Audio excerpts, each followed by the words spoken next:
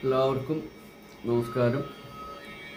ഞാൻ കഴിഞ്ഞ എപ്പിസോഡിൽ രത്നധാരണത്തെക്കുറിച്ചായിരുന്നു പറഞ്ഞിരുന്നത്. അപ്പം രത്നധാരണം നമ്മൾ ചെയ്യാന്ന് പറഞ്ഞു കഴിഞ്ഞാൽ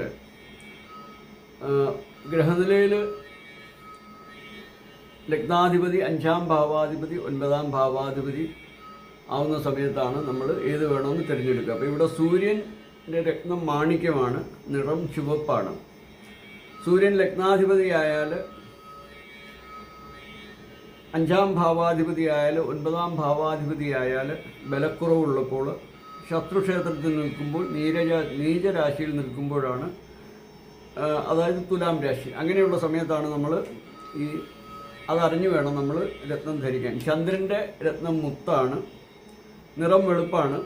ചന്ദ്രൻ ലഗ്നാധിപതിയായാൽ 5-ാം ഭാവാധിപതിയായാൽ 9-ാം ഭാവാധിപതിയായാൽ പക്ഷബലം കുറഞ്ഞാൽ നീചരാശിയാവുന്ന വൃശ്ചികൻ രാശിയിൽ നിൽക്കുമ്പോൾ ചൊവ്വയുടെ പവിഴമാണ്, നിറം ചുവപ്പാണ്. ചൊവ്വ ലഗ്നാധിപതിയായാൽ 5-ാം ഭാവാധിപതിയായാൽ 9-ാം ഭാവാധിപതിയായാൽ ചൊവ്വയ്ക്ക് ബലക്കുറവുള്ളപ്പോൾ ശത്രുക്ഷേത്രത്തിൽ നിൽക്കുമ്പോൾ നീചരാശിയിൽ നിൽക്കുമ്പോൾ ധരിക്കാം. കർക്കിടകമാണ് നീചരാശി. ബുധന് മരുതകമാണ്. ബുധൻ ലഗ്നാധിപതിയായാൽ 5-ാം ഭാവാധിപതിയായാൽ 9-ാം ഭാവാധിപതിയായാൽ ബലക്കുറവുള്ളപ്പോൾ നീചരാശി മീനമാണ്. പുഷ്യരാഗം, പവിഴം, മാണിക്യം ഇതൊന്നും വൈഡൂര്യം ഇതൊന്നും ഒപ്പം ധരിക്കാൻ പാടില്ല. വ്യാഴം പുഷ്യരാഗമാണ്, നിറം മഞ്ഞയാണ്. വ്യാഴം ലഗ്നാധിപതിയായാൽ 5-ാം ഭാവാധിപതിയായാൽ 9-ാം ഭാവാധിപതിയായാൽ ബലക്കുറവുള്ളപ്പോൾ നീചരാശിയിൽ നിന്നാൽ നീചരാശി മകരം രാശിയാണ്. ഒപ്പം ഗോമേതകം, വജ്രം, മരതകം, വൈഡൂര്യം, ഇന്ദ്രനീലം ഇതൊന്നും പാടില്ല. ശുക്രൻ്റെ വജ്രമാണ്. ശുക്രൻ ലഗ്നാധിപതിയായാൽ 5-ാം ഭാവാധിപതിയായാൽ 9-ാം ഭാവാധിപതി ബലക്കുറവുള്ളപ്പോൾ ശത്രുക്ഷേത്രത്തിൽ നിന്നാൽ നീചരാശി കന്നിരാശിയാണ്. ഒപ്പം മാണിക്യം, പവിഴം, മുത്ത്, പുഷ്യരാഗം ഇത് പാടില്ല.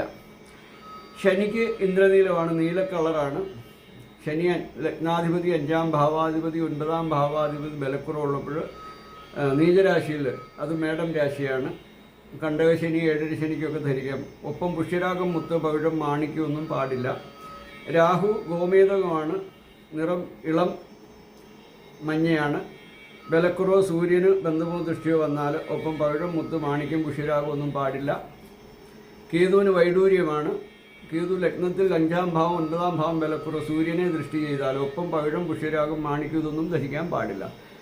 അപ്പോൾ ഇതാണ് നമ്മൾ ലഗ്നം ആയാലുള്ള